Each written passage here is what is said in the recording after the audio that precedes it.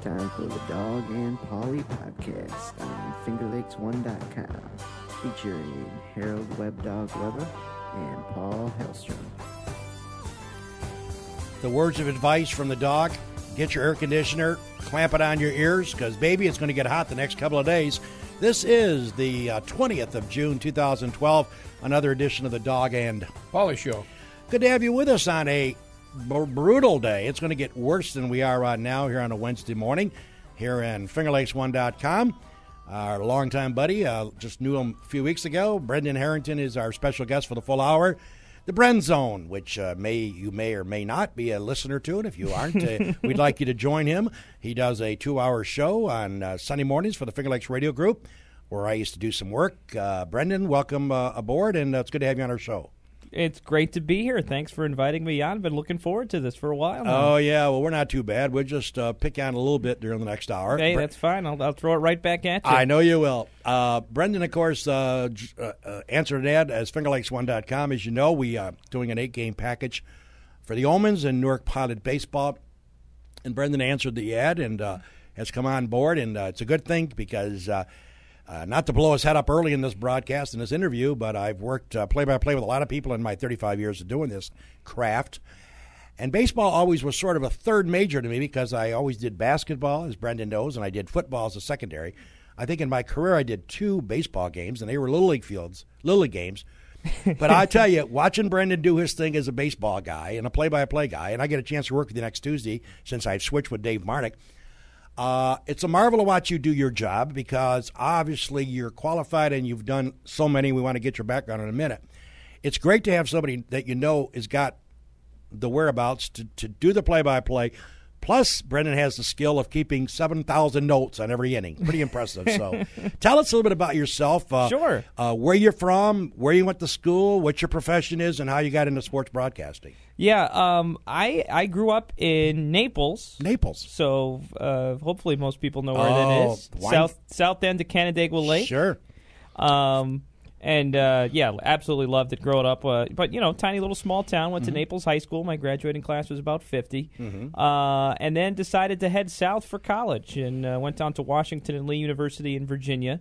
Good academic school, Division III athletics, so you don't hear about it as much when it comes to athletics. But and I played 3 sports in high school. I was decent at all 3 of them, soccer, basketball, baseball.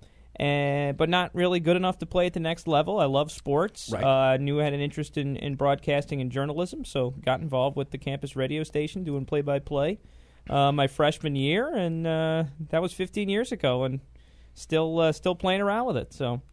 Now, you got a teaching accreditation, you told me, in the booth? Yeah, jack of all trades, master of none is what I like to say.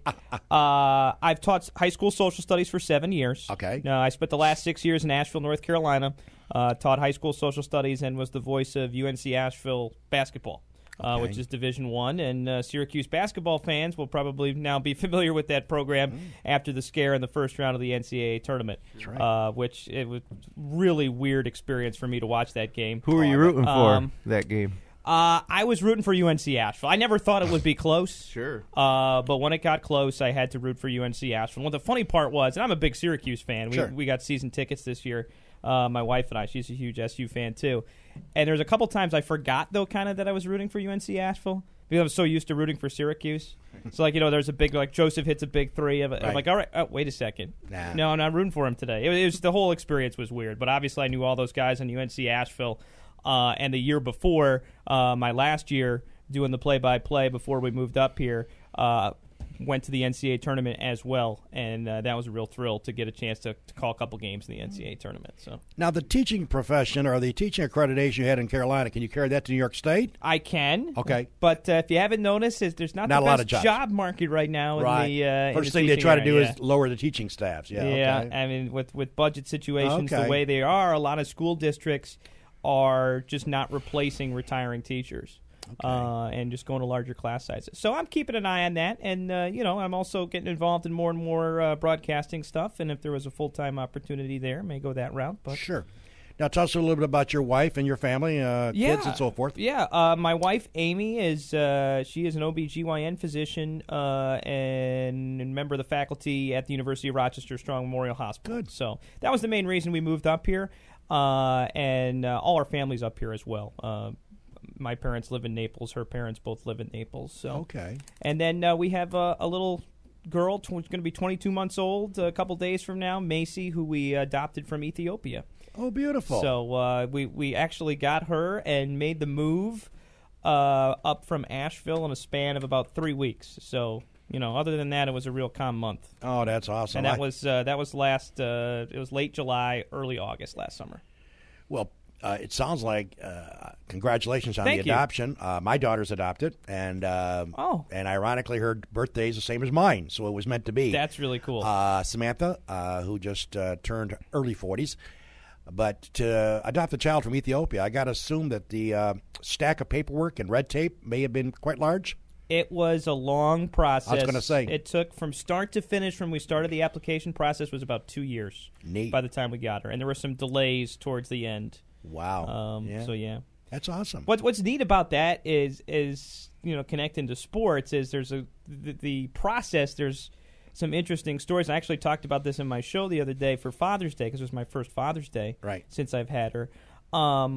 We first found out about her, they call it a referral when you find out what child you'll be getting. Right. I got a call from my wife. I was actually standing outside Roy Williams' office in Chapel Hill getting ready to interview him before UNC-Asheville took on North Carolina. So that's kind of an interesting memory that I have. And then when we went over the first time for our court date and to meet Macy for the first time, it was pretty chaotic because I was talking before about UNC-Asheville going to the NCAA basketball tournament. UNCA won the conference championship on a Saturday in Myrtle Beach, South Carolina, where Coastal Carolina is. Mm-hmm. We left to go to Ethiopia the next morning. Wow. Didn't get any sleep that night after UNC-Asheville won the conference championship. Went to Ethiopia for a week, and then when I got back, I had to fly directly into Dayton to meet up with the team because they were selected to play in the first game in Dayton against Arkansas Little Rock. So we crunched the numbers, and basically I traveled about 14,000 miles in a span of 2 weeks between the NCAA tournament and Ethiopia because Asheville won their first-round game, and then we went to another site in Washington. So, if you're just joining us, it's the Dog and Pauly on a hot Wednesday, the 20th of June. Brendan Harrington is our guest for the whole hour. Brendan is a member of our broadcast crew here on FingerLakes1.com as we are endeavoring into an 8-game schedule of Newark Pilot baseball. We hope to have Brendan alongside of us during the fall season as we introduce the potentiality of doing some football and a huge basketball list of games that we would ponder. Bring in my buddy Paul. Paul, it's a pretty interesting story of this young man, and I know that you're a family guy, and I'm sure that you didn't have to go to Ethiopia to get it done, but certainly you got to give the guy credit and his wife for hanging in there. I'm in full support of them multitasking like this at their amazing. age. You can do this. There was an ad on television maybe 10 years ago, and I think it's been copied since then. The guy's picked up the phone. Apparently the boss is on the other end, and he says, Myrtle Beach Monday, I can do that. Ethiopia, Wednesday, I can do that. Washington, Friday, I can do that. He hangs up the phone. He says, how can I do that? I know. But, I mean, this is the time you can do that, trust me. And it's pretty amazing. You're on a fast pace, but it sounds like the process you said was 2 years. The child that you adopted is 22 months old, so the process started before she was even born, right? Yeah. When you first start the process. Oh, I mean, not till you met her. Yeah, I understand that, but I'm just saying, isn't that talk about red tape and try to do the right thing and still going through? You got to go through this. You got to go through the system. Well, myself and Mary went to Canandaigua back in the late '60s, and was able to adopt a baby girl, Samantha, and when we were wrapping up the paperwork with a caseworker, and we went up to see her. She had she was 5 weeks old, and she had little red dots across her face, and I started panicking, thinking, what are we doing here, And the nurse said, it's just a heat rash. And I said, heat rash, okay. And, of course, New York State has a policy, Brendan and Paul, where you have to go back 24 hours and come back and get your child. To think about it, make sure you have any last-minute, qualms. Yeah. It's a 24-hour waiting period. Like you see the baby in the crib, and you're gonna say, I don't want that. 24 hours later, I don't want to come back. So we came back, obviously, and then we're sitting in the caseworker's office and filling out some final paperwork before we took her home. And I remember asking the question, what's her birth date? And they said, well, sometime in April. and she's flipping through a stack of paperwork and comes across a document, and it says, she was born April 29th, my birthday. So, Brendan, That's it was amazing. meant to be. Oh, yeah. And she's been Daddy's little girl ever since. So we have a good time with her, and obviously now we have a granddaughter, Izzy, who, by the way, Paul, I'll be heading up tomorrow with Mary to Moving Up Day. Izzy's going to go into freshman year, Paul. How quick do they get old, these kids? 14-year-old. I said to Jim the other day, before I went on the air on Monday, Izzy is 14 going into the 9th grade. Scary, Jim, that time flies.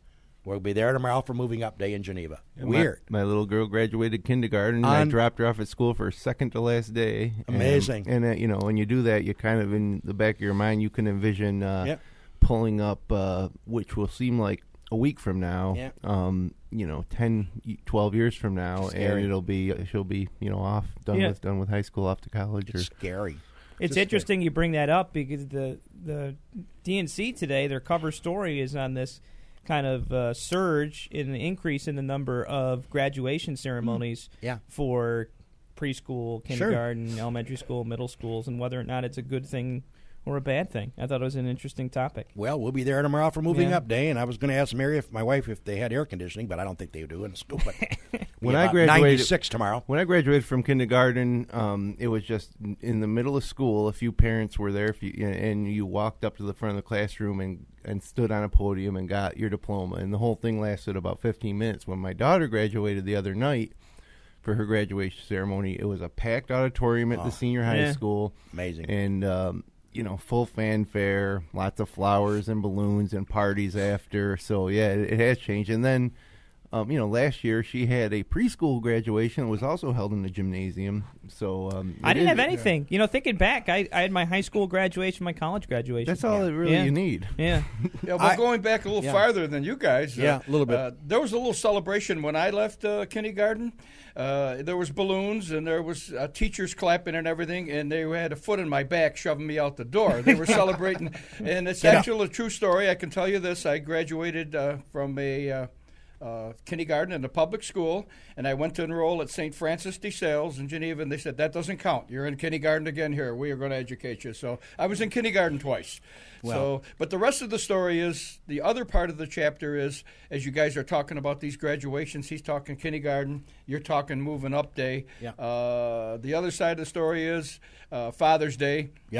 My daughter, my 50-year-old daughter, took me to dinner for Father's Day at the country club in Vestal. So you guys got a gap in there. Enjoy this time. You're talking about all these graduations and trying to keep up with T-balls and whatever comes your way, and cheerleading and piano recitals. Enjoy the moments, because it's, I think Kenny Chesney or somebody had a song. Kenny Chesney. I can't think of the name of it now. How's it? You know the country song about how fast life goes by? Well, anyway, I'll think of it before the show's over. Well, two quick stories that I can relate. Father's Day. Don't blink. Yeah, Father's Day, we were in Geneva. We were invited up for a nice cookout.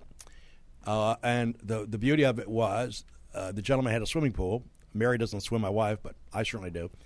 And it was gorgeous, and we enjoyed it. And she kept telling her mother, Dad's going to be really surprised of my Father's Day gift to him. And I remind Sam, as you do, Paul, don't buy us anything, Don't buy us. Really, seriously, Save your money. You want to take me to Max for the root beer and a hamburger someday, that's fine. But don't spend your money. So she was all excited. She told Mom, I think Dad's going to love what I got him. Well, I don't know. After we swam a while and before eating, she brought out the card and said, Dad, here's your card. And I opened it up in front of all these people. It was a nice card, and inside there was a little envelope which looked to me like tickets to a concert or something inside the envelope. I opened up the envelope, and my all-time favorite comedian is a guy named Ron White, who's Dallas, Texas based, and he's a crude guy. His shtick, Brendan and Paul, is he comes out, and he's probably the most sought-after comedian in the country, and he travels outside the country to do his work. But he's a chain smoker, and he drinks nothing but top brand scotch. And he comes out with a stool, and he puts a bottle of scotch on the stool, and he has a couple packs of cigarettes because he's a chain smoker. The guy is flat out hilarious with a capital H. Funniest guy in the world. Yes, he uses the F word. Yes, he uses swear words. Yes, that's his shtick. But I'm telling you, you're rolling. Listen to this guy do his thing. I have always loved this guy. And I always made the comment, if he ever comes in the area, I want to go see him. Unbeknownst to me, he's coming to Turning Stone November 29th this year. So she got us tickets. Awesome. Me and Mary tickets to go watch Ron White. And I am so psyched for it. I would literally, my wife says, what about the weather in late November? I said, honey, we'll crawl up to Turning Stone to see Ron White. But and then I got to tell you one story about academics. You obviously went to college. And Paul and myself. Did you ever go to college, Paul? Or you just went? No. You went out like no, me. They almost had to burn the school down to get me out of high school. Well, I got to tell you a famous Weber story when it comes to academics. I'm one of three brothers. I am the baby of three boys. I'm the youngest of three. Yeah. Youngest of three. Youngest three boys. I'm 67, Ronnie's 68, and Bob is 69, who'll be turning the magical 70 November of this year. And we all were at minors at one time. I was a freshman. My brother Bob was a senior. Ronnie was a sophomore. Ronnie and Bob took Regents work. I went into school, and I was in the shooting pool, chasing girls, drinking beer. I'm not going to deny it. That was the Weber mantra. Never changed it. Jim's laughing over there. I didn't deny it. I was always the screw off of the three boys. I wanted to go to Marinos Pool Hall, which Jim remembers was across the bridge. Legendary Marinos. I could care less. And my stepfather, who brought us up, my mother divorced when I was 2. He was the old-style Brendan, hard-nosed Italian. Paul can relate to some of his friends that are hard-nosed Italians. His rule was, school night, you can't go out. Don't ask, don't tell. Yeah. You're not going anywhere. You're locked in Attica, the Marapeace home. Me and my brothers had to stay inside, could not go out. I was dating a girl younger than I was, and she was out every night ramrodding around the lake, and I was in Attica with the bars. And I remember I went into school, and they said... Ramrodding around the lake. My girlfriend was just driving around, Okay. just having fun, calling me up. Can you come out? No, I can't. Can you jump out the window? No, I can't. But the true story is I had to select a type of curriculum at Minders as a freshman. And the guidance counselor said, well, the Regents, but your brothers are on Regents. It's a little tougher work, but you got to concentrate. Well, there's an alternative. There's called general education, which is a lot easier than Regents. And all you got to do is just kind of flip through a book. You get through. I'll take B. I'll take the general move. They said, well, your brothers are top 5 of their class. They're in, head of the French class. They're head of drama class. Robert and Ronald are awesome students. Don't you want to? What's wrong with you? Don't you want to follow the Weber tradition? I said, well, we've never really been the same about anything. Yeah. I'm a sports guy. They're not. Ronnie saves money, which he's got a lot of it. God bless him. And Bob was just, nose to the grindstone, kind of a student. I hated it. I hated sitting in class. I hated people speaking on doing seminars and speeches. I said, no, I'll take the general route. My mother said she was disappointed in me taking that selection. Long story short, in our senior year, I was a sophomore. Ronnie was a junior. Bob was a senior. There was a legendary teacher who taught history, Mrs. Smith. She'd been there like 55 years as a teacher at Minders. Very stern. And I had gotten, back then they graded by the number. 65 was passing. A lot of places still do. Yeah, okay. And I got tests back, Brendan, 57, 58, 56. Yeah, it's not good. 59. And I got him in red, and she told me to bring him home and show my mother. My mother said, honey, this doesn't look good. I said, no. I said, do you think you might want to open up a book and decide? Well, yeah, I'll try to figure this out. It got so bad. My father, who divorced my mother when I was 2, was in Liverpool, New York, was so concerned about my studies or lack thereof, made a bet with me that I would not get out of Minders in 4 years. And if I were able to get out of Minders in 4 years, he would take me to Yankee Stadium for a weekend, because I was a big Yankee fan back in the 60s. So I wrote it down and sent it to him to confirm the bet. I remember that. Well, Miss Smith had given me like 4 flunking grades in a row with the big red, and after she handed out another 58, that makes 5 in a row, she said, Mr. Weber, would you please stay after the bell rings? And I can remember this happening like yesterday at Minders. Class, the bell rings, the class departs, down the hall they run, and here I'm sitting there. She shuts the door. She walks over to me with that look on her face. She goes, Mr. Weber, do you mind if I say a few words to you? I said, yes. I'm very disappointed in your effort, or I should say your lack of effort. You've had 5 flunking tests in a row. I understand that you aren't able to get out at night from your home. Is there a problem? I said, well, I'm just not into studying or any of that stuff. She goes, this is ridiculous. I mean, people that just go out every night and don't worry about studying is one thing, but you can't get out at night, you told us, and you're still getting 5 flunking grades in a row. She goes, I'm very disappointed. And, if you don't straighten out, she says, I'm not going to pass you. I said, well, I'm thinking of shooting pool later. Like, she's talking. I'm ignoring her typical Harold Weber response. And then she says, by the way, you're not related to Ronald or Bob Weber, are you? I want to know if I was part of their family. I said, you know what? I'm going to ask my mother at dinner tonight. I go home, true story, with all these 5 flunking grades, and I lay them on the kitchen table. My stepfather almost killed me. And my mother, I says to Mom, and Bob and Ronnie are having dinner with us, and I said, Mom, am I really a brother of this family? She goes, why? Because Miss Smith called me down to called me in class today and wanted to know if I was one of the Webers. She goes, do I need it? Because DNA wasn't thought of back then. My mother says, how dare she say that? You certainly are one of my sons. And she says, I take issue with that, and I'll talk to her the next teacher's conference. So bottom line, I got out with like a 64.3 average, and 65 was passing. Mm-hmm. You being a teacher, the Teachers Association of Minders went, bye-bye. Get out. Don't come back. Gave you the extra 0.7. See ya. Yeah. Please, Harold, get out. We don't want you here. I can't stand the way you ignore studies. All you're worrying about is chasing girls, drinking beer, shooting pool. That's enough of that. And my father did take me to Yankee Stadium for a weekend because I got my diploma. 4 years. There you go. At the fort. But that's how lousy student I was. So some of our dramatic way back whens, Paul. Brendan, I know you're a teacher, but I couldn't get into it. I found it boring. I found it unassuming to think what are they wasting their time? This means nothing to me. And little did I know, knock on wood, I was able to get into Gould's Pumps. And I started off as a foundry clerk, making $1.50 an hour. But I lasted 44 years there. Wow. And I ended up being senior customer service manager with 15 people reporting to me when I retired 5 years ago. So if you can figure out a guy that can transgress up the ladder, I was one of the lucky ones. And I'm not bragging about that, but that's just the way life has been with me. And, of course, broadcasting for WSFW way back when also gave me an opportunity to do what I love to do and you love to do. So, Brendan Harrington, we're talking about some good times. He's with us, the Bren Zone.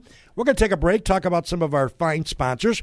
And we're glad to announce this morning that Bob and Leslie Ullman are going to join our show as a new sponsor next week. Bob has agreed to come on as a sponsor.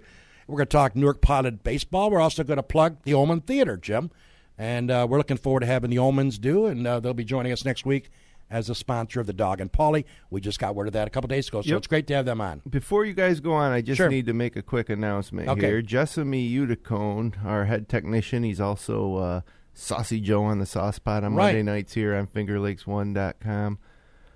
He and his wife last night had a baby, Branson Anthony Uticone, 7 pounds 2 ounces, born at 12:17 a.m. on June 20th. So wow, congratulations! Yeah, absolutely, great job. That's awesome. So is he downstairs working? I don't know. I think he's probably taking today off. Maybe he'll be back tomorrow. But that's awesome. Congratulations. Yeah, and I'm sure that his wife Allison is glad that, especially in this heat, that that ordeal's over. Well, let's take a break and talk about some of our great ads that are part of the Dog and Pauly podcast. We always look forward to new sponsors. And Pauly, without further ado, how's our buddy Charlie? Oh, his Mets are playing great.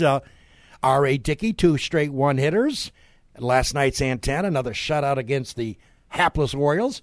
The Mets are playing good baseball. They're, 3 games out of first place? Give us a little bit information about Charlie and his love for the Mets, and also I understand the Deluxe Restaurant, one of our great sponsors, is doing a booming business.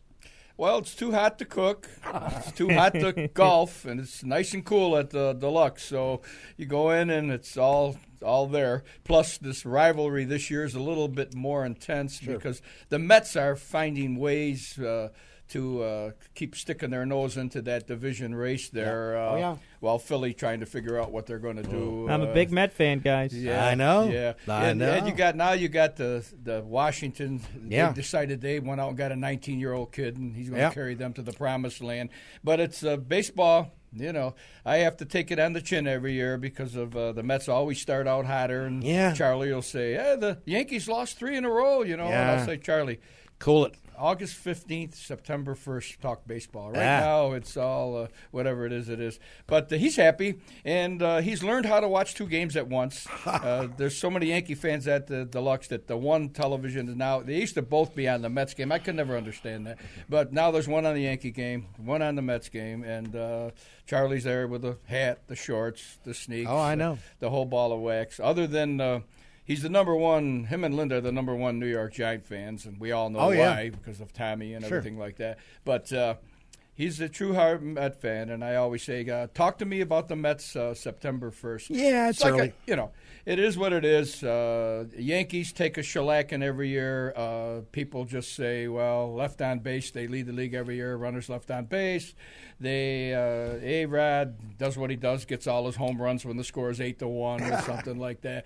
And they got players that aren't even playing yet. That's the scary part of that. And their pitching staff is not even I mean, they're going out and they go every year. They get somebody off the Social Security list to pitch for them, and they go out and get Pettit, and they keep guys around. And they find ways to do it, but it's a simple philosophy. Yeah. I think it's money.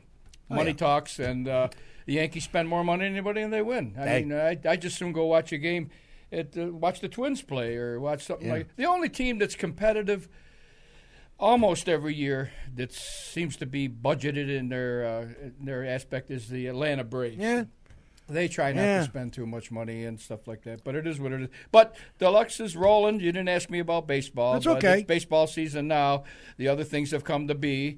The Miami Heat, people are acting like they're surprised. And Go Miami. These 3 guys got on a podium 3 years ago and told everybody, it's 1, 2, 3, you're out at the old ball or whatever they said. Yeah, I know. We're going to bring you to this here. We're going to do that. And this year they're going to do it, and everybody's shocked. You got the number 1 player of his time, probably LeBron James. I mean, he's a beast. He's an anomaly. Yeah. And it's what else could happen?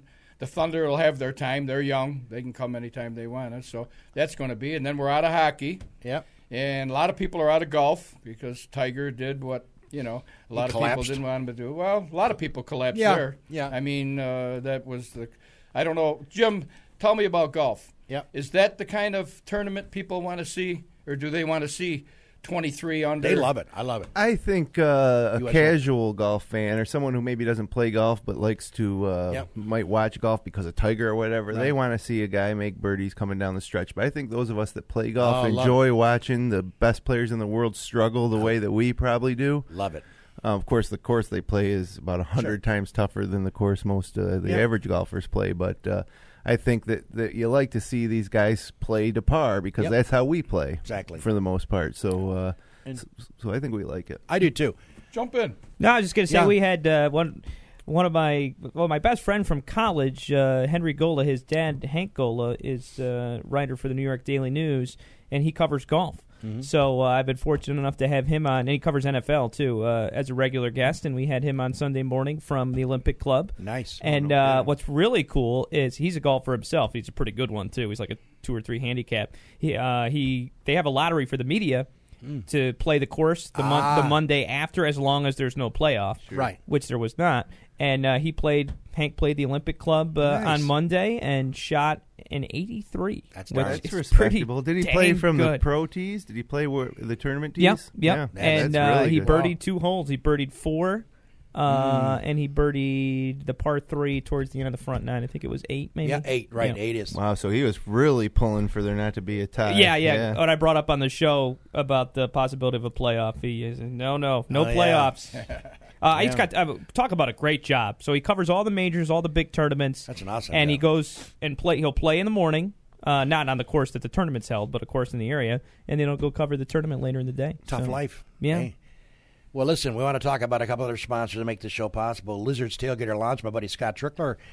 Lizard's up there in Waterloo on Church Street. Always got something going on. He's got this coming Friday. He's got the DJ karaoke with videos. This coming Saturday night, he's got a 4-band metal show featuring Low Key, All to End, Angels Beneath Me, and One Fate Remains. Show starts at 8 o'clock at Lizard's this Saturday night, June 23rd. He's got specials every night of the week. Wednesday night's trivia night with DJ Paradise. Entertainment, 7:30. There's $5 Coors Light pitchers, 35-cent wings, $2 well drinks, and he gives out prizes. You got Twisted Thursday And also, you got free appetizers on Friday. So Scott Trickler, Lizard's Tailgater Lounge, always something for the patrons. And he's a fine sponsor of our show, The Dog and Pauly. Jimmy, talking about the Seneca Falls Country Club, I know it's in full speed ahead. Jim being on the board of directors can speak volumes of what's going on. Lots of tournaments, Jim, scheduled. They had their colossal event, the Orange Pack, which they brought in 170 to 180 golfers. I understand it went on without a hitch, so things have got to be moving full speed ahead down there. The course is in as good a shape as it's been in the past 10 years, which is nice, from tee to green. Yep. You want to stay out of the rough this time of year. Oh, yeah. It'll not be quite as thick as the months go on, but right now you want to keep it in the fairway. Right. June special at SFCC, 18 holes of golf. When you sign in, they'll give you a ticket for either a free hot dog, a free draft beer, or a free soft drink. So, good. So yeah, $30 get you 18 holes with cart and a hot dog, Nice. beer, or a soda. Good deal. So That's a good deal. Mm-hmm. So if you're interested in, checking out their dinners on Friday nights, we went down a couple weeks ago, had dinner with the Lopez's, our good friends. Excellent meal. I tried the prime rib. It was supreme. They had the fish dinner. They loved it. If you're interested in booking a party, a wedding, a graduation event, you name it, a baby shower, contact Bob Fuller, our general manager at Seneca Falls Country Club. And Bob, you can call him at 315-568-5202, or you can email at membership@SenecaFallsCountryClub.com. Again, I know he's got a lot of dates that he was telling me about, and he's booking some weddings this week. It's a nice view down there at Seneca Falls Country Club, located on Route 89. And don't forget July. Ooh, Ninth I and should have known the dates. 9th through the 12th. 9th, 10th, 11th, and 12th. Ending on Thursday, right? Seneca Falls Country Club hosting the New York State Women's Amateur and Women's Mid-Amateur Championship. We'll be there. Yep, and we're going to try to do some type of a webcast of the final day there down there on Thursday. We still got some technical issues to work out as to how we'll cover golf with our limited equipment, which doesn't feel so limited because we invested a lot in it. But as far as golf and covering a sport that expands beyond the boundaries of a 90-foot length court, right, or even a baseball diamond, it will provide some challenges. So we're working on that. But the public's welcome to come down and watch these ladies play. It's interesting having the that tournament in the birthplace of women's rights here in Seneca Falls, which is one of the reasons I think they came to us. But this has been on the schedule for 3 years now. Neat. And it will be fun to crown a state champion in two divisions, the straight-up amateur division and then the mid-am, which I believe is 35 to 50. I'm not 100% sure. It's age 35 to 50. In a few weeks. I'll get a chance to work with Art Lyon.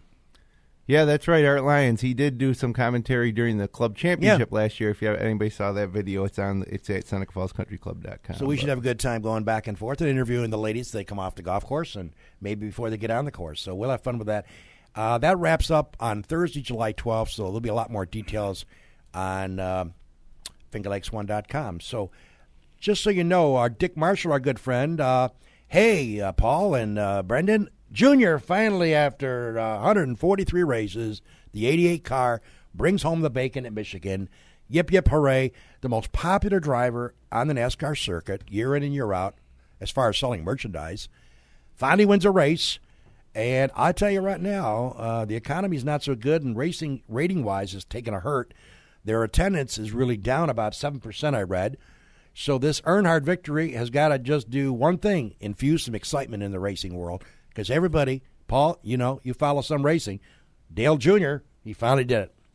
Finally. Well, yeah, everybody close to the sources are clenching their teeth to keep from saying anything. Of course, Tony Stewart wasn't afraid to say it. Oh, He yeah. says, what are we supposed to do? I know. It's 4 years between a win. Yeah, I know. Are we supposed to cheer for him? Or are we supposed to, is he an Yeah. anomaly or whatever it is? I mean, Dale, here's the problem Dale Jr. had. He's Dale Jr. He came after Dale Sr. Right. The difference is, do you like vanilla or Yeah. do you like chocolate? Right. They're not. He acts like he doesn't even know that that it was Father's Day when he's running, and he's just a laid back. He's just a good old boy. Yeah. And he's the most popular, and he's having his best year ever. Yeah. So the fact that he got the win, he's only probably he could get on a run Yep. That car now, that team is starting to spend some money on him. Jimmy's still getting money spent. I think Jeff is hurting a little bit as going forward. But, it's a good story. I mean, he's still number one in the hearts of all the fans. Every time he gets in the lead, 90% of the bleacher stands up, even if it's only for one lap. Everybody's up when Junior leads a lap. He doesn't do anything to hurt the sport. He might be too laid back. He doesn't blow his own horn or anything like that. But Tony Stewart got into him a little bit, and, of course, it's hard to get mad at Tony. He won the championship last year, and Tony comes down here and races at Dundee when he's at Watkins. Crashes dirt cars and does that kind of stuff. He's the earthy guy, but I'm glad for Junior. I think Dickie's pretty happy. Dickie's got to be happy. Be really happy with it. Yeah, and speaking of Dickie, of course, Marshall's Auto Sales. I see on routes 5 and 20 in Seneca Falls. I see he's got 6 or 8 vehicles on the lot. He's got an excellent lead service technician, my buddy Tommy Thompson, who's worked on my cars and done a great job, reasonable price. And what I like about Tommy, he tells you when he's going to do it. He tells you when it's going to get done. And it isn't like you sit home with a question mark. Is my car ready? Tommy Thompson's a great service technician over there at Marshall's. Check out the cars for your daughter, your son, your grandma, whatever. The prices are very reasonable, and I'm sure Dickie can work out a deal with you. And the beauty of Dick Marshall, and yes, he's a sponsor, and he's a personal friend of mine for over 40 years, as we used to toil together at Marino's Pool Hall, a legendary place. Dickie Marshall is a local guy. Dickie Marshall has lived here over 40 years. So if you buy a car from Dickie Marshall and you got a problem, you can go back to Dickie and make sure it's taken care of. It isn't like he lives out in godforsaken outside of Buffalo where you got to drive there to find out a car issue.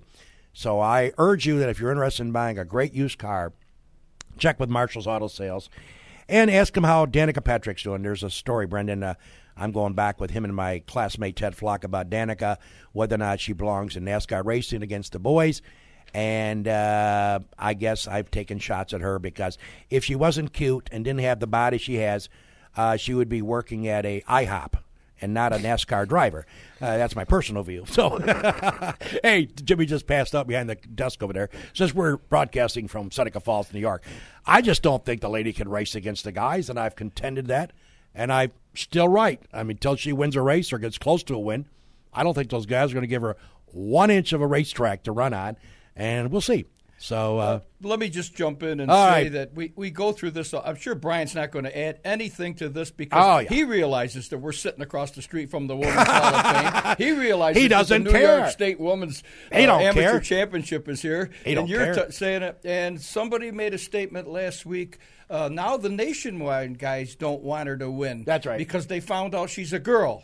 So they're coming up and touching her in certain times of the race and going all this. So she still is tied with Junior for the #1 sales in memorabilia and concession. So I know. the girl's got a good business head on her shoulders. I don't know if anybody can drive. All right, GoDaddyGo.com. Those are our fine sponsors. And again, we welcome the Ullmans. Next week we'll have them on the air talking about the Ullman Theater and Newark Pilot. But nobody better here to ask about his view of Newark Pilot since his specialty is baseball.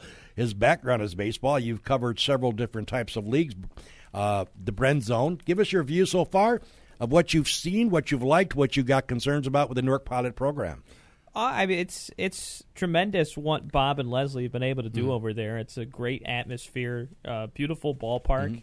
And what a scene it was on opening night. A crowd of over 1,800 people. Right. And our second broadcast was a smaller crowd, but it was a Sunday night during the school year. The kids finishing up this week. But, no, it's fantastic with baseball back in Newark and have enjoyed the product that they're putting out. It is. And matter of fact, I talked to Bob this morning. His mom is having some issues. She's 92. Wow. And I called him this morning before I come over to do the show. And she was having trouble swallowing. They think they have that under control. 92-year-old lady, Bob's mom. And he's going to be down there for another week or so because I was telling him that I've been telling so many people about what a nice park that is. And you and me firsthand tasted the concession stand, the items there. And we're going to go over Saturday night with my friends and just watch a ball game. Yeah. And not have to worry about broadcasting it and being confined to a broadcast booth as you and me were the first game that we did together. But the beauty of it is Gene and Sandy Lopez, we're going to bring them over Saturday night and check it out and also let you know that we have an 8-game package and so that everyone is aware of that. Brendan and myself worked the first game on opening game.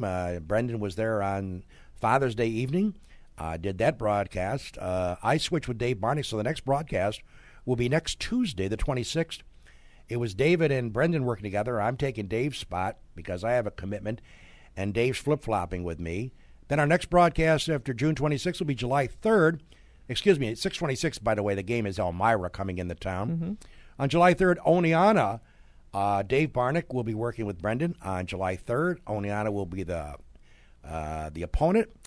And then we go to July 9th, which was a change from originally we were doing a July 8th game. July 9th, we'll broadcast the Watertown game. I'll be working with Dave Barnick. Brendan has the night off. On July 11th, Amsterdam will be the opponent. Brendan will be working with yours truly. July 18th, Cooperstown, and I'll be working with Dave Barnick. And then on the last game of the so-called package that we have put together, July 29th, Elmira, the opponent, and I'll be working with Brendan to wrap up our 8-game package. Not sure about, playoffs or what ramifications that we would be involved in if we are. More details to follow. Again, I'm impressed with your ability to call baseball because you have the. I guess it's obviously because you've done so many that you're comfortable with it. The issue that I always had when I worked with the first broadcast, which really blew me away, I told my wife Mary, because I always like working with broadcasters. I've been doing this for so many years myself, is your ability to comprehend not only what the batter is doing and where the ball is actually going to call the play, but you have a way of keeping notes, which you said to me during a break, that was because you've had so many years of working. And basically, talk a little bit about your experience. Yeah, I mean, it comes from experience of doing games. I think it starts with, to call baseball, and this goes for any sport. Right. I think you have to grow up listening to it. Sure. And growing up as a Met fan, I grew up listening to Bob Murphy and Gary Cohen doing Mets radio broadcasts on WFAN. And and those were two terrific broadcasters. Right. And so, just in terms of style, right. You kind of learn the pace and the rhythm of calling a baseball game. And then from actually getting out and doing the games and meeting other broadcasters and seeing what their best techniques and strategies are, and with some of the modern technologies that we have now. Right.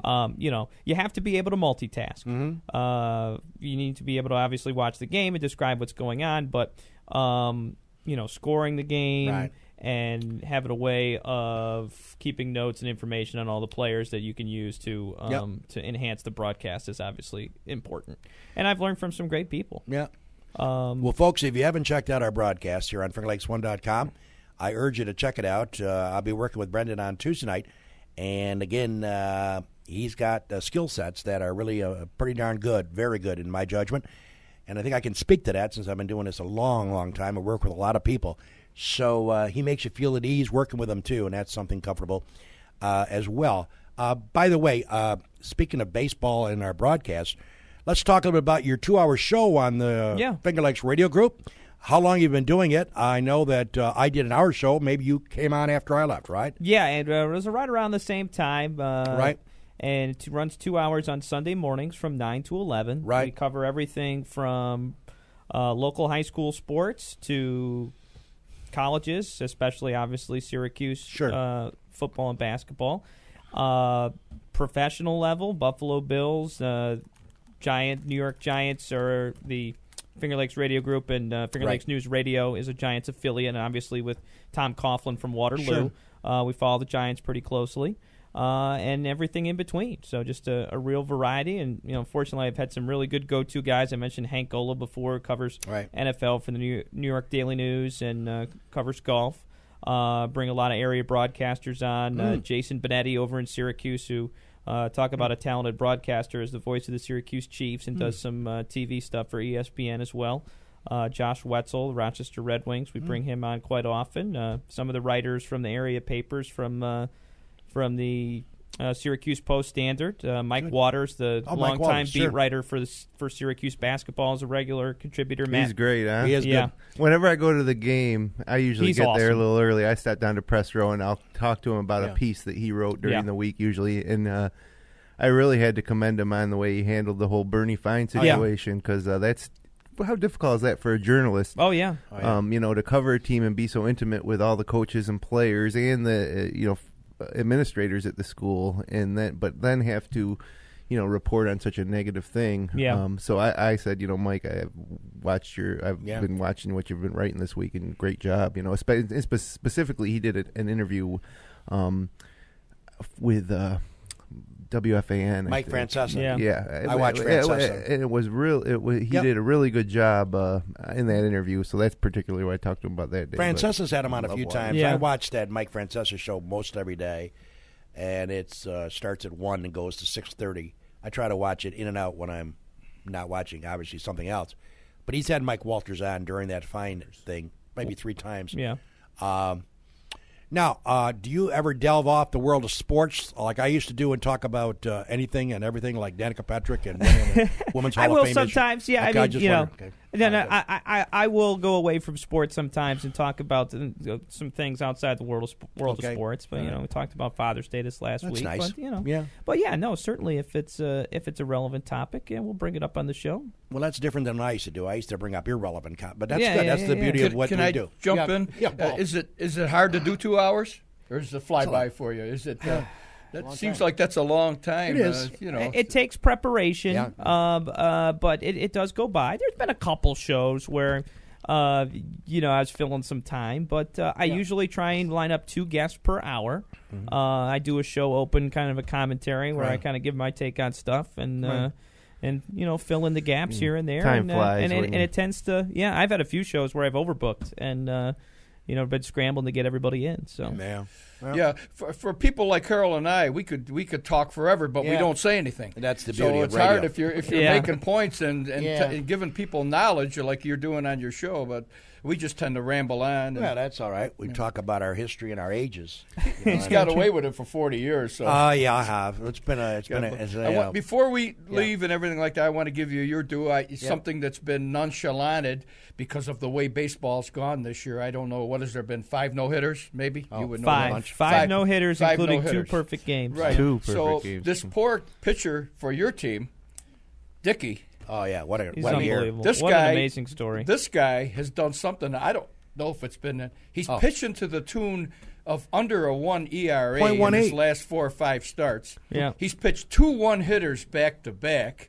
He's a knuckleball pitcher. And the other day when I was watching just out of attrition, he's getting on my nerves because he's pitching so good. I saw 87 miles an hour marked up there for one of his pitchers. So I think what makes him so effective as a primary knuckleball pitcher is the fact... Knuckleball's the best pitch in baseball. Yeah, if you control, I never knew a knuckleballer that could throw another pitch 87 miles an hour. Well, that's true, too. Good point. That's what's amazing about it. He throws 2 knuckleballs. He throws a hard knuckleball that's about 80 miles per hour, which is fast for a knuckleball. Right. He throws a slow knuckleball that's about 70 miles per hour. But he can also hit 85 with a fastball if he has to. He dials it up, definitely. And so, no, we haven't seen anything like this. And it's an amazing guy. For his whole story from, surviving a childhood when she was sexually abused to the fact that this guy was ready to sign a contract being drafted in the first round for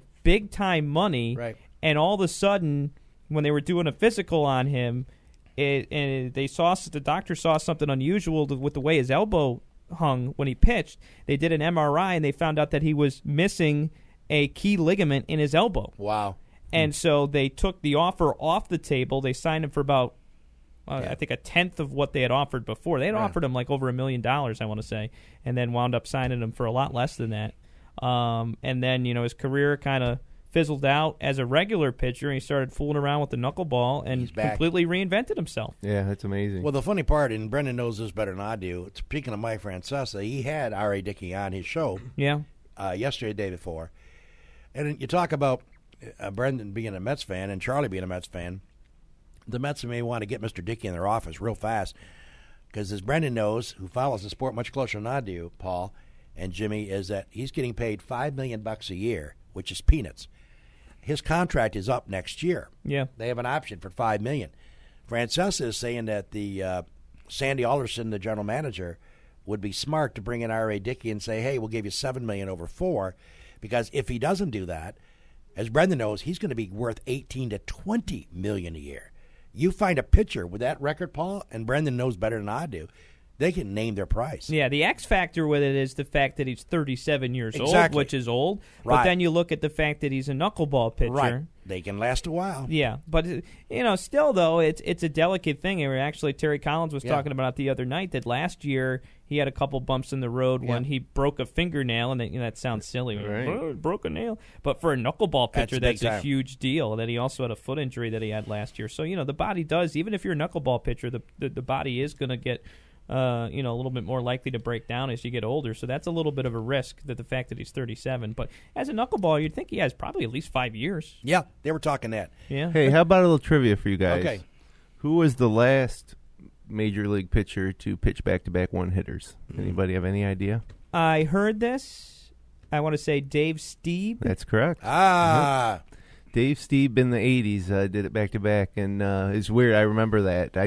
Couldn't have recalled it if that question was answered to me, but once I heard the answer, I do remember when he did that. Yeah, Gary Cohen and Keith Hernandez brought it up on the SNY broadcast, and I want to say Gary said that one of those two games he carried a no-hitter into the ninth. They were both last out, I think. Really? They were both them definitely were? into Wow. the ninth. Wow. Yeah.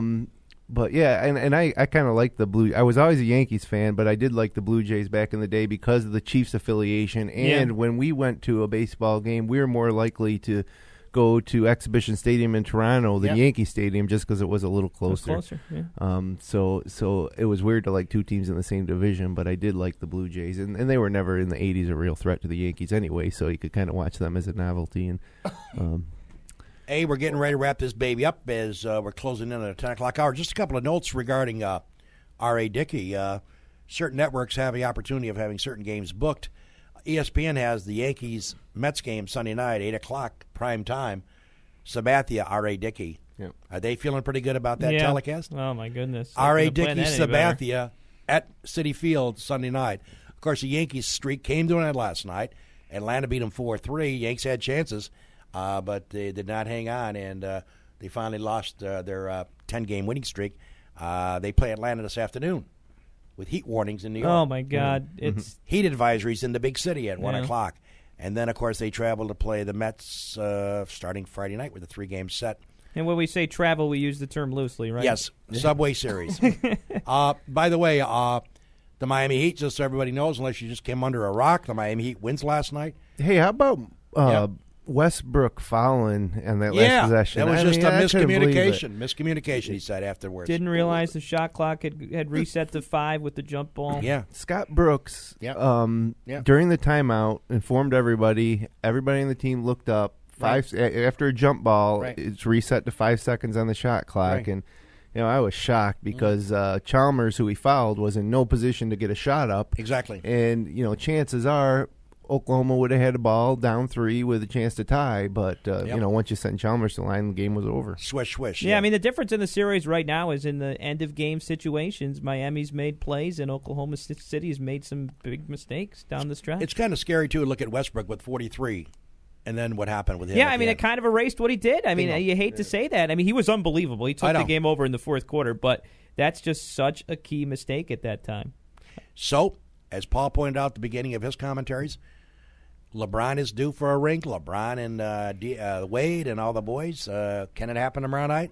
Well, yeah, we'll see what happens. You never count your chickens till they're hatched. And I think to win any championship, just about in any sport, you need to have some experience. You need to have been close to have tasted the pressure and Wade has a title. LeBron has been there before. A lot of the Heat have been there before now. Bosh and Haslam and and Oklahoma City hasn't yet. So I think it's natural to assume. I wish I could go back to the beginning of the series and place a bet, because if you look at it in that regard, the Heat were almost a lock. Yeah. And I think coming back next year, Oklahoma City in the same series next year might be a different story. And that part of it goes to the end of the game situations, like you were saying, Brennan. The other thing that's killed Oklahoma City is James Harden. Oh, he hasn't done anything. Yeah. Did you see that it was about 5 minutes left? He got the ball wide open at the top of the key, and he looked around. You could just tell he did not want to take the shot. Then finally he took the shot and was way off the mark. He's lost his confidence, and that could be the difference in the series. And you're right. Yep. The NBA pregame, Magic Johnson, everybody says Harden has to perform for them to have a shot, and he hasn't. But that play right there tells you all you need to know. When a guy, he did not want to shoot that ball because he's lost his confidence. Regular season game, second quarter, he gets it. He doesn't think about it. He shoots it and probably makes it half the time. So I've always said with NBA, I don't like the current brand of NBA because you jump out to 20 ahead, and 99% of the time the other team will close the within 2 or 3 before it's over. I don't seriously start watching until about mid-third quarter. I have it on, but I'm going to have to start doing that. Because last night, at the end of one, the Heat's down by 17.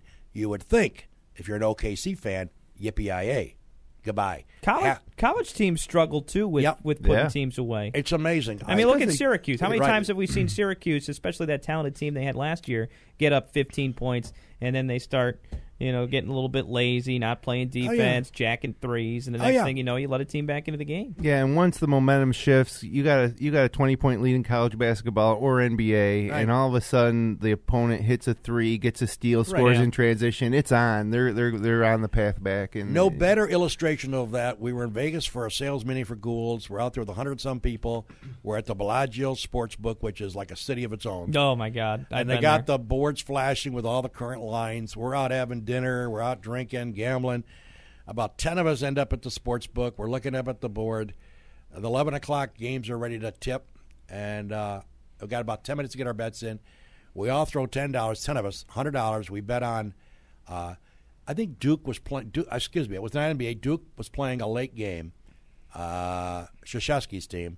They were given 4. We took Duke and gave the 4. We ended up going to some place to have breakfast, all 10 of us. Started watching the game. Third quarter, Duke's up by 31. We're all going, yep, hooray, yep. We're going to get money, cash it in tomorrow. All of us go to our respective rooms and go to bed. Duke wins by 1, leading 31 in the third quarter. I don't remember that one. Oh, yeah, way back when. And I'm saying to myself, that's why Vegas has beautiful casinos and can spend $1 billion to put them up, because there's guys like us that took the line and gave 4. Wagering on college basketball Unbelievable. is got to be one of the most frustrating things. It is. Because let's say you bet a game 12-point. Let's say Syracuse is playing UNC-Asheville and the line's 12 points. Right. And Syracuse holds a 15 to 20-point game throughout the second half. Well, then with about a minute 30 left, they clear the benches, and the guy from UNC-Asheville hits a couple threes, and next thing you know, it's an 11-point game you lose. I'm not a big fan of – I don't bet much sports anyways. I used to when I was younger, but I love bad beat stories. Oh, yeah. You remember the Bills-Patriots game from a few years back where they called pass interference in the end zone on Henry Jones, which on a Hail Mary still makes me angry. Anyway, the Bills wind up, they score a touchdown on the next play to go ahead, and there was no time left on the clock, and all the Bills left the field. They still had to do the extra point. And the Bills never came back out, so they just ran a 2-point conversion instead of an extra point. That covered the spread. Yeah, and so many people affects so many people. Oh, man. And there are stories like that up and down. Every year you see it. Some ridiculous way a game ends. And, which honestly, in terms of betting, is probably one of the least sports that's bet on is baseball. You take the odds. They got the pitching matchup. You take the odds. It's just I think that's a little more of a fair game, but trying to bet a 7-point spread in a college basketball game, that'll make you crazy. Yeah, I know. Baseball is the closest thing to traditional sport that we have. I was watching baseball with undersized mitts in the 50. I watched Ernie Banks said, lovely day, let's play 2. 1954, I listened to Don Larson in my senior year of high school pitch a no-hitter against the Brooklyn Dodgers. The game has changed the least. A guy 5'7" can still go out and contribute. Backhand the ball up the middle, turn it into a double play, move the runners over. The other games have gotten totally, if you're not 6'4" and can't bench press 300, you can't play point guard. And forget football. In you're the talking NBA that. especially, And the threes forever changed the game. You can be down by anything like that, and the pace is faster with the clocks, and the 3 has forever changed the game. So in football is what it is. They're trying to slow it down now. It's like, I remember, Paul, in the 80s, when I was kind of a kid watching college basketball, it was about Akeem Olajuwon, Patrick Ewing. It was always the big guys, and nowadays, the big guys aren't nearly as important in the college game, and there really aren't many dominant big guys. Even a guy like Fab Melo, if he stayed a couple more years or even one more year, he would be a dominant figure at that level. But we don't get to see that because anybody that's 7 foot tall with any bit of talent is gone by their sophomore year. Yeah, Kentucky starting 5. Pretty impressive. The biggest difference in basketball to me is that there's no more superstars playing with their back to the basket. Yeah. Like the Will Chamberlains and the people in the power game started. It started 1,000 years ago with George Mikan, and it went with the Russells and the Chamberlains. Those people could score 50, 80, 100 points any night they wanted. The other guys are coming down, throwing up the. I watched this kid just step back farther and farther all the time. Durant for Oklahoma. I mean, he's almost on the bench throwing up some of those jump shots. What's he, 6'11"? Yeah, if he played in the 80s, they wouldn't let him take a three, regardless how good a shooter he was. It is, but I just like to say with Brendan, he can't stay here forever, and he doesn't want to listen to this stuff. But what do you mean he can't? Have a great time. I think he exemplified it when he said he's been a fan of baseball for all his life. He's announcing second, and I think he will turn into. We can come in here and quote stats, and they're off, and he's going to turn into a baseball purist. Yep. There's very few of those guys around. I think he loves the game of baseball, and so I mean he left a fairly good career to try something else, which has maybe nothing to do with baseball teaching, which he can go back to. But I mean, we need more baseball purists, younger people that understand the game, that know where it came from, where it is. And well, if you look at the local, thank you. Congratulations on what you've done so far, and moving forward, I wish you good luck. Is baseball your favorite sport? Baseball and basketball. In an ideal world, I would call Major League Baseball and college basketball. Yeah. I'd love to be Gary Cohen doing the Mets. He also does used to do St. John's basketball. I think he does Seton Hall basketball now. But no, yeah. And I should add, and I mentioned this before, Jason Benetti. I think all 3 of the throughway teams have tremendous play-by-play announcers. Jason Benetti for Syracuse is amazing. Josh Wetzel for the Rochester Red Wings is amazing and should have a big league job. Jason Benetti, he's going to be a star. Yeah. And then Ben Wagner over in Syracuse, or over in Buffalo rather, does a tremendous job as well. So there's some very, very good broadcasters out there, and even right in our own backyard. Got to wait your turn, right? There's those guys that get those jobs don't want to give them up. Well, I got to tell a little story. Look at Vin Scully. Been doing it for 60 years. It's amazing. When I was a kid, I always wanted to go into sports journalism or sports broadcasting. And I went to Syracuse. I didn't get into the Newhouse School out of high school, though, and they told me I needed a 3.65 after my freshman year to transfer in, and I got a 2.8. And so that dream died there, for me at least. I changed I went into political science major. But when I was a kid, a couple things I used to do. My father would be outside washing the car, doing some work, and I would have the old walkie-talkies. He'd give him the walkie-talkie. I'd sit in front of the TV and call the game on the walkie-talkie. I don't know if he probably might have turned it off after a while. But and then the other thing I did when VCRs came out, really dating myself here, is my friend Brad Connor, who appears on the Upstate Hoops podcast in the winter here on Finger Lakes 1 TV. We would tape the game, and then we'd replay it with a audio tape recorder, call the game, and then watch it, resync it up and watch it. So I don't know. I've always loved it, and that's why I really enjoyed, despite all the technical difficulties we had the other night, an opportunity to sit on the mic. That's the first time I ever called any type of game. And I know I didn't do that great a job. I was distracted, didn't have time to prepare. Well, you were multitasking to the 50th degree. But I really admire the skill that you bring to the table and the experience that Harold has. It's great working with you guys. And part of the reason I like doing the high school basketball and these Newark Pilot games is because I have a little bit of a passion for that type of thing. But to do it with you guys, and hopefully Dave Barnett's going to come on, and even Matt Verke for basketball. It's just a lot of fun to have a lot of guys who are passionate and talented to be involved in that type of thing. And the interesting thing is, some people complain and say, "Oh, radio is a dying industry." Yeah. There are more broadcasting opportunities, whether it be audio or with video, as you're doing with Finger Lakes One, with all the new technologies that we have. There is more of an opportunity for people who are interested in it to do it. Now, it may not be, at the top level, but it's there. And so I think it's a great time if you're a young person that's interested in broadcasting. I know more and more high schools are even getting kids involved in kind of the statistical and media relations aspects of things. I know Canandaigua had a kid who, was almost like a media relations, sports information type person who would provide. That was a student. That would provide rosters and statistics and stuff like that, and that's a great opportunity for those kids, and there's jobs out there for that. Yeah, and if you don't need in this day and age for someone to give you the opportunity or turn the key. You can take that yourself. Yeah, exactly. Whether it's your own podcast about a specific team or sport, or like you say, these high school games. You can.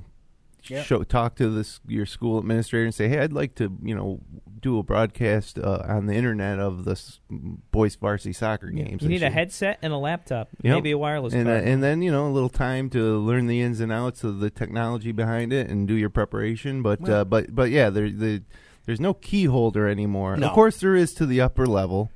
But if you have a passion for this type of thing of sports and broadcasting, and you want to get involved, you can and hone your skills at that level, and then hopefully something will open up for you down the road. You've heard the story, and Paul knows the story. How I got started in SFW in 1970. I was a lousy student, but I enjoyed listening to Bob Prince of the Pittsburgh Pirates. I grew up listening to Yankees. I grew up listening to WCAU out of Philadelphia, Andy Musser, who did the Sixer games long before you were thought of.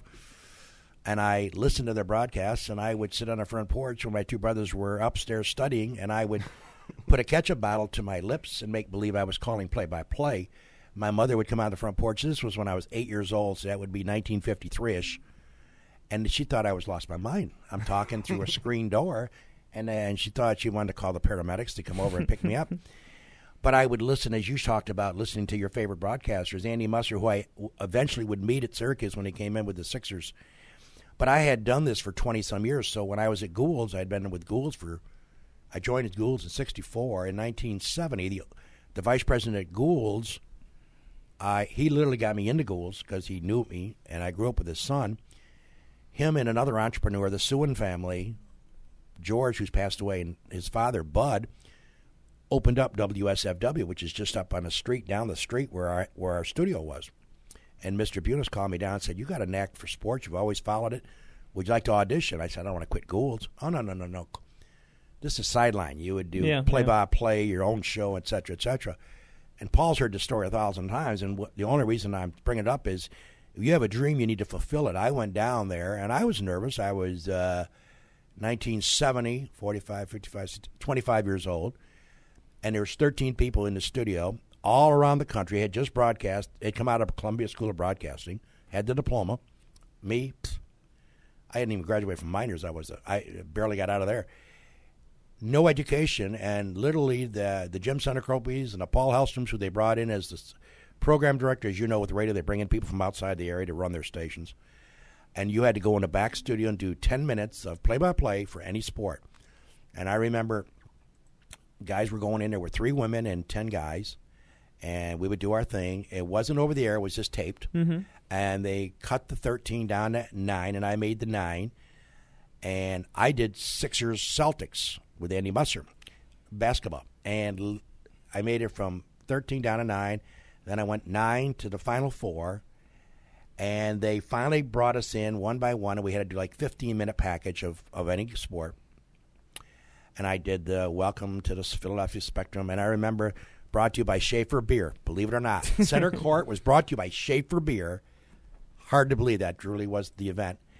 And I did the Sixers and the Celtics back when they had the Paul you talked about, the Russos, the Lustakoffs, the Heinzens, the Hal Greers of the Sixers, the Wilt Chamberlain, Billy Cunningham, Wally Jones. And little I didn't know, they brought us back, and I did mine. And afterwards, they call us individually back. They listen to the tape, as Jim would do here, and they'd say, okay, sounds good, sounds okay. Can I see your 3x5 cards or your cheat sheets you used to do this 15-minute dissertation? Cheat sheets? What are those? I think they were amazing. You could sit in front of a microphone and do this without a note. But I had practiced since I was 8 years old with that ketchup bottle. So to Jim's point, yes, Syracuse has a great broadcasting school, and I'm not denying that you can get a job in broadcasting like I did. I was fortunate. But I always had a dream to do it, and I was able to win over the people that made the decision to hire me. But I guess the point I tell people who ask me how many years I've been doing this, if you have a dream, follow your dream. And if it means you got to go to School of Broadcasting in the 2000, then do that. But there's nothing wrong that Jim Centercopi's looking for somebody. You can't walk in here and at least audition, right? And if you got the right wares and you can do the job, I think Matt Jim, they should Verkey hire on the him. basketball end had never Right. been behind a microphone for anything, but he was one of Exactly. the best players in Section 5 Oh, history. by far. So you put a guy like that in his element. With his knowledge. And then give him someone, Yep. who knows how to come in and out of the breaks. And, Yep.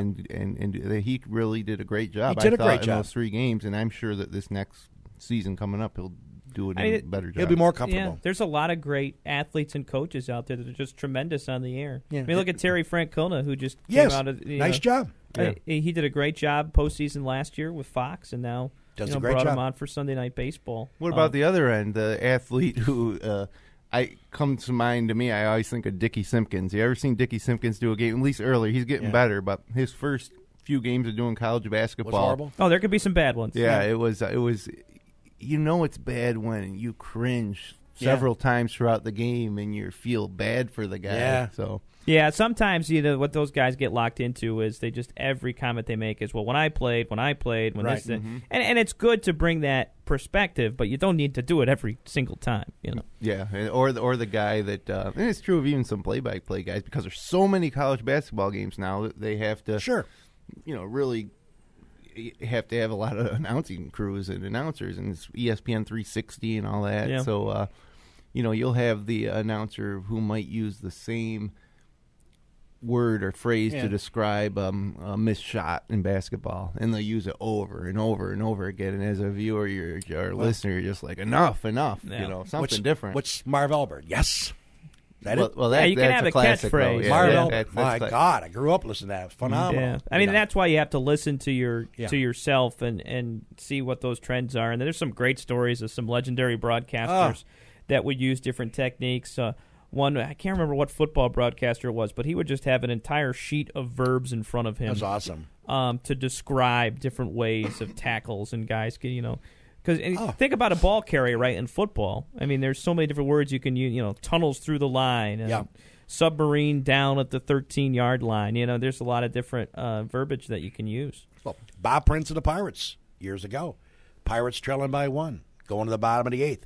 Coming out of commercial, Bob Prince. I'm sitting on the porch listening to him. Well, folks, we need a bloop and a blast. And I thought, a bloop and a blast. Mm-hmm. And that stuck with me. It stuck with me when I heard it. I thought it was a neat idea to use it. And it's and once in a while they would get a bloop and a blast and win the game. And listen. My favorite, Harold, is Bill Rafferty, Sean McDonough, and Jay Billis on the Monday night games. Oh, yeah. With Fun. Rafferty specifically. I love Rafferty. A little lingerie on the deck. Yeah. Onions. Onions. With a kiss. Yeah. And so on and so forth. And it says straight up minimum. I like Vitale picking on Jimmy for the home being playing I don't first know. 15 games at home at the Dome. Get on the road, Jimmy. There's other places in the Dome. Oh, he used to just pound him in the ground for being a homer. I love what he does. Raftery does with Syracuse because he's got to use his man-to-man. So obviously Syracuse plays the 2-3. Right. So if the other team gets the ball and then Syracuse opens up on defense, he goes Syracuse in the 2-3 with man-to-man principles. I think that I fell in love with Rafferty back when Derek Coleman was a freshman and he made a block or something, and Rafferty comes up with the long left arm of the law. Yeah, and then his very famous "Send it in, Jerome" when the Pitt game. When he broke the backboard. Oh man, no, We could go on forever, but Raftery's unfortunately, great. we got to we're put a late. wrap. We're Hey, late. listen, Brendan Harrington, our special guest, the Bren Zone, Finger Lakes Radio Group, Sundays between 9 and 11. Check him out. Yeah, we He's get on- it out of Geneva and Auburn and online at FingerLakesDailyNews.com. There you go. So, Brendan, thanks for joining us. Thank you. I will see It you was next. fun. We'll see you next Tuesday night in the booth over at Newark. Pauly, any final comments? No, I'm just going to say, holy cow. Yeah. Don't forget, folks. Oh, doctor. Before we take a break, we won't be working July 4th, so next week's our final show for at least a couple weeks. We're taking July 4th off, so if you're wondering about your calendars. But next week, Leslie Ullman, the real brains behind the Newark organization, along with Chris Ebright, the head coach of the Newark Pilots, will be our special guest for the Dog and Pauly. And then, of course, the following week being July 4th, we will be off. enjoying a hamburger and a glass of lemonade, like you all will. So thanks to Brendan Harrington, our good friend, to join us this morning, and thank you all for checking us out here on the Dog and Pauly. Join me Monday morning for an edition of Weber on Sports live at 9:30. Never know who I'm going to pick on next week. I'll come up with somebody, don't worry. Okay, this is the Dog along with Pauly Show. Take care, everybody. Enjoy your heat.